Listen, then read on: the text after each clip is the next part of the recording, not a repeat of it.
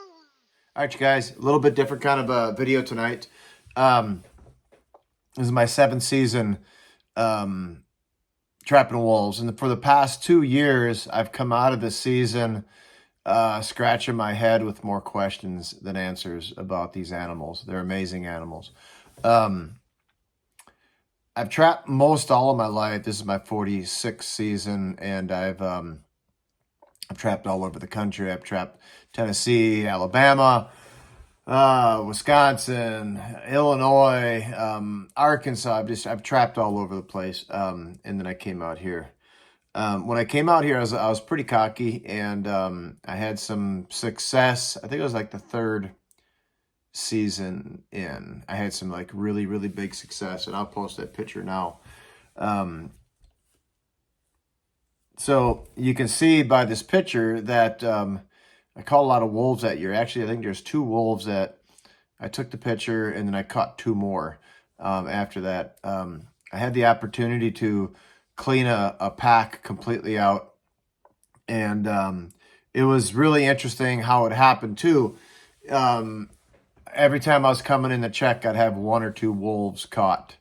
It was like they weren't leaving the valley, you know, and I think I caught 5 or 6, maybe, I can't remember, out of that pack. And so what it seemed like is when I would come into the drainage, I'd have a wolf caught, and I could hear the other ones up there like howling. It was an amazing thing. I'd dispatch those wolves or wolf, and then I'd come back again, and I'd have another one caught. It was almost like they were sending down a wolf to check, or like a scout or something like that. It was absolutely amazing. It was an amazing week of trapping, probably the most memorable of my life. I cleaned the whole pack out. Well, let me back up. All but 1.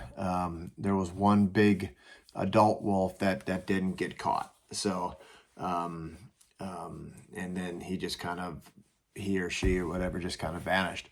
But coming off of that season there, I was pretty cocky, you know. I was pretty cocky about trapping wolves, and I thought I knew a lot about them, and I really didn't know shit about them.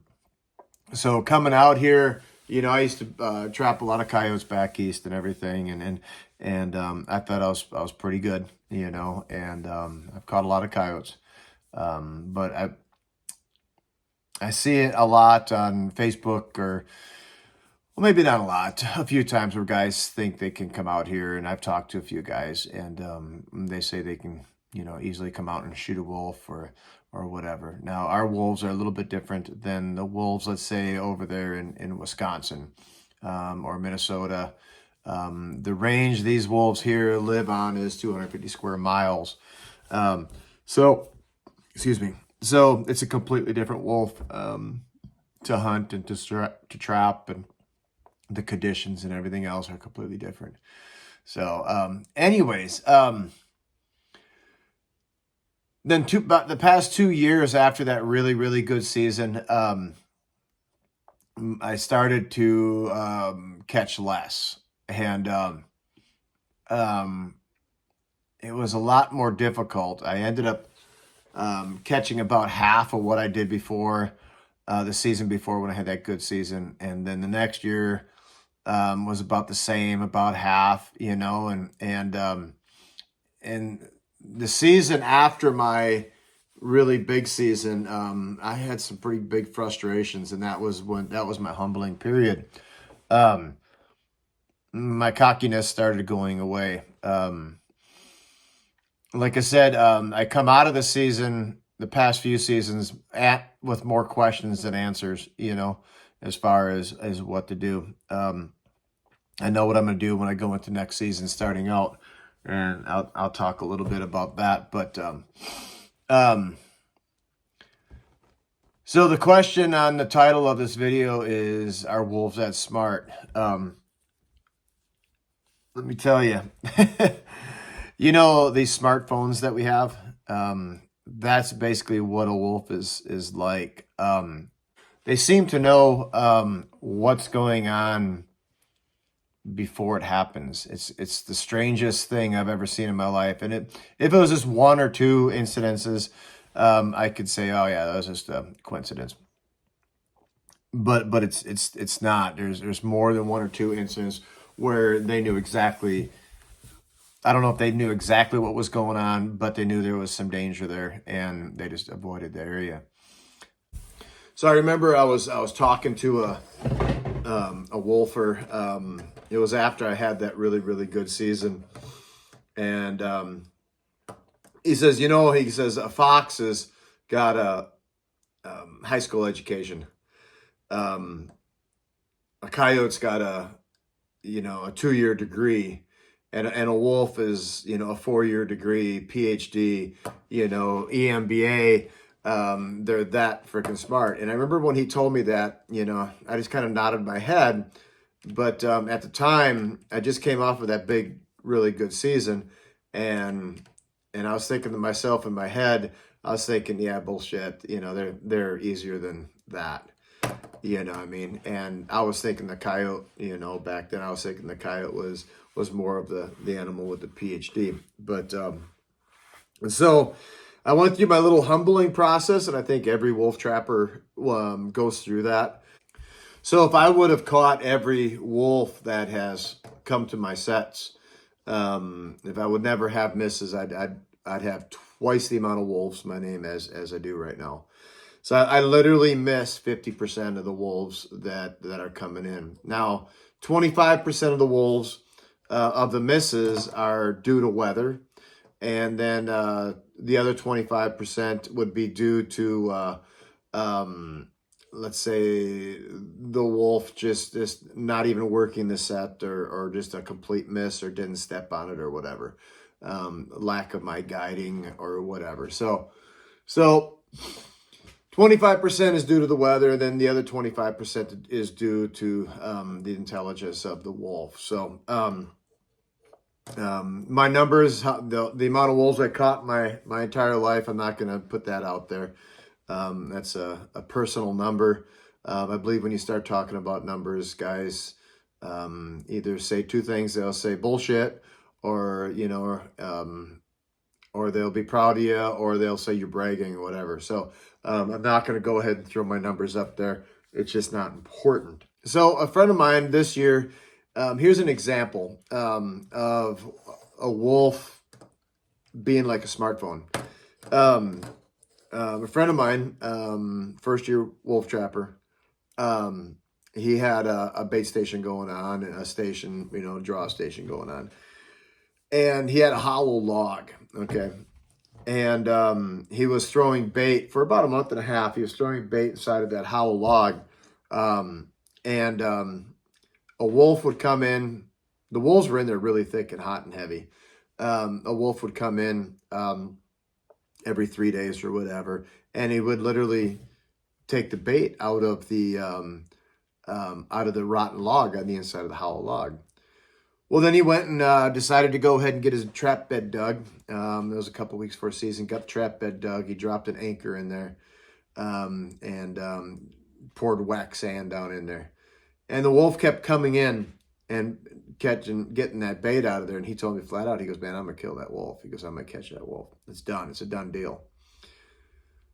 So then opening day came around, and he went and clipped his trap on. He bedded it. I know he did a really good job with it, and bedded the trap, and he blended it in and everything. That wolf came back, circled around it, and walked off. How did that wolf know? I mean, how did it know? Here's another example. I'm going to try to explain it. So on one side of me, coming down my snowmobile track, there's a barbed wire fence right here tight. Okay. I mean, my snowmobile skis would be that far off the track, off the fence line. And then it's about 10, 15 feet wide. And then it goes straight up a mountain like that. And so that goes for about a quarter mile or so. And I had the wolves would walk down that snowmobile track. So I ended up putting a urine post, and I blended it in really well. Did it right off of my snowmobile track right there, off of the ski track. And So anyways, I catch a set of wolf tracks heading towards that way, nice big set of wolf tracks. And he's walking right down the middle of the snowmobile track. He got about 30 yards away from that urine post set. He went into my ski track, tied up against the barbed wire fence, went past the urine post, and then came back down onto my snowmobile track about, I don't know, 20 yards or whatever beyond the set. Why would he do that? You know, why the hell would he do that? I had another wolf one time come down. I was trapping a road, nice wide road, and the snow was plowed up on the bank and everything. It was a perfect urine post spot. So the wolf, we had a couple inches of snow. The wolf's walking down the road. I was hoping to come around the corner and see that wolf dancing in, you know, my big no BS trap. So the wolf walks around about 30 yards around to the backside of the set, and he gets up on top of the snowbank, and you can see in the fresh snow where the wolf was literally crawling like that, and he leaned over the edge of that bank to smell that urine, and then he got up, walked over, he sat down and looked at it, or he's looking somewhere, and then he got up and walked away. That's highly intelligent animal. Here's another good example of just how smart or wary or whatever you want to call it these animals are. Good four-way intersection on the ranch. I had it set up for coyotes. I pulled my coyote sets, and I think that was mid-November or something like that. We were filming or something, and I had to pull my sets. So I just pulled them out. I come back to go ahead and set that area up for wolves. And I just took one of my dirt holes that I had for coyotes, and I was going to just turn that into a big wolf set. And so anyways, I went over to the set, and one wolf has hit it. I don't know if you watched some of my videos, but I called these two wolves the knuckleheads. So one of the knuckleheads hit it, dug it out, went around the backside of it, pissed all over it. So I went and planted a trap, and then I went over and I planted a 3-hole punch, and then I had another dirt hole that I set up over there across the intersection. So the wolves, the two knuckleheads, I think it was like the first week of season, the two knuckleheads were heading down that road going towards that intersection. Of course, I was getting excited about the whole dang thing. They walked right past one of my urine posts. And then headed down to the next intersection. I mean, like when I say walked right past it, they walked within 2 feet of it, walked right by it. Never even missed a step. So they got up within about 50 feet of that intersection. They slammed down the brakes, turned around, and went right back, did a completely 180, and then went back the other way, and then dipped in about 100 yards down, dipped in into the woods and walked off. That's another example right there. Rancher had a dead cow. So he says, "Hey, where do you want me to put it?" And I told him where to put it. So he went back there and dropped that dead cow into a really, really, really good location. I was all excited about it. I wanted to wait for the wolves to hit on it before I went and set it up. As I was coming in the drainage, the wolves were headed down towards that dead cow. They got within, I don't know, 80 yards or so. You could see the tracks in the snow. They slammed on their brakes. They made a big circle around that dead cow and then walked off. I set traps on that dead cow and never caught a wolf on that. They never came back. They never even came. They avoided that area completely just because of that dead cow, I guess. Let me think. What are some more? There's absolutely so many situations where I just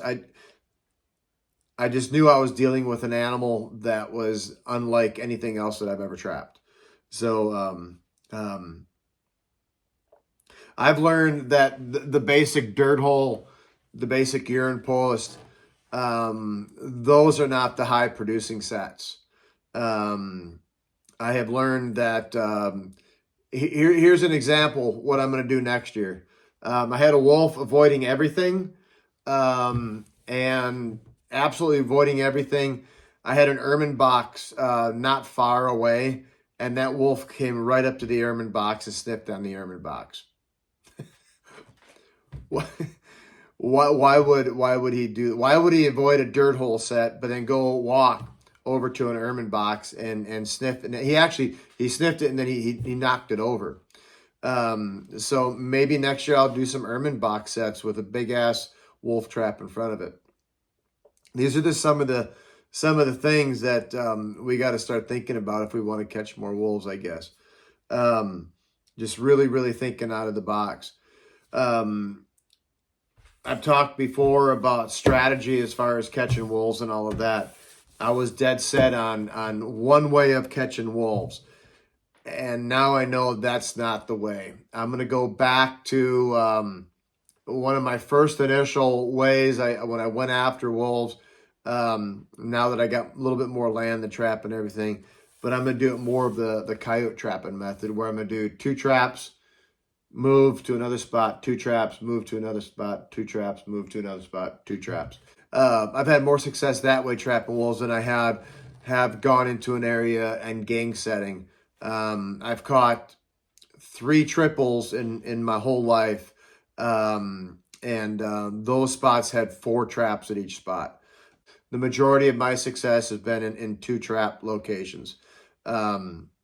So you see it's getting dark out. It's probably time to wrap this video up. This is a longer video than what I usually do. I was asked to do some demos this year, and quite honestly, I don't feel comfortable doing demos because guys are coming there looking for that magical set and answers and all that. And for me, I'm coming out of the season with more questions than answers.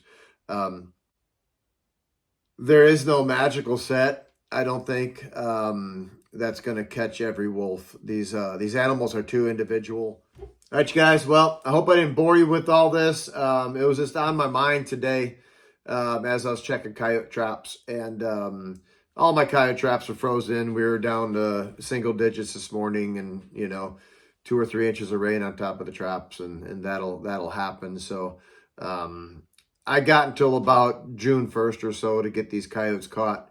So I'm not in a real big hurry. It's not, it's not pressing on me just right about now. So, and the conditions are pretty crappy. So but if I do get a coyote, I'll go ahead and do a video on it, or whatever, I just got a few trap sets out. So, but, so thanks for putting up with me tonight. As far as this video goes, I know it's a little bit longer one, but, every year at the end of the year, I kind of reevaluate myself as a trapper and a wolf trapper.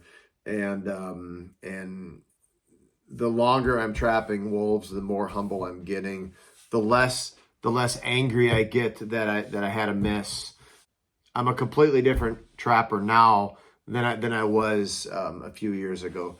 So I don't know if that makes any kind of sense, but I have more questions than I have answers, and the guys that have all the answers, good for you. I wonder how you got them, So anyways, you guys, God bless. And pretty soon I'm going to be having merch up there. I'm liking the new style of my merch and all of that. So if you could give my channel a like and a subscribe, I would truly appreciate it. And maybe some more on this subject in the future. I'm not sure yet, but it's wolf trapping's a hard game. And if you think you're going to come out here and into this big, massive country that I live in here and put up some numbers, come on out. I'll show you which way to go. So, all right. I appreciate y'all. Laters.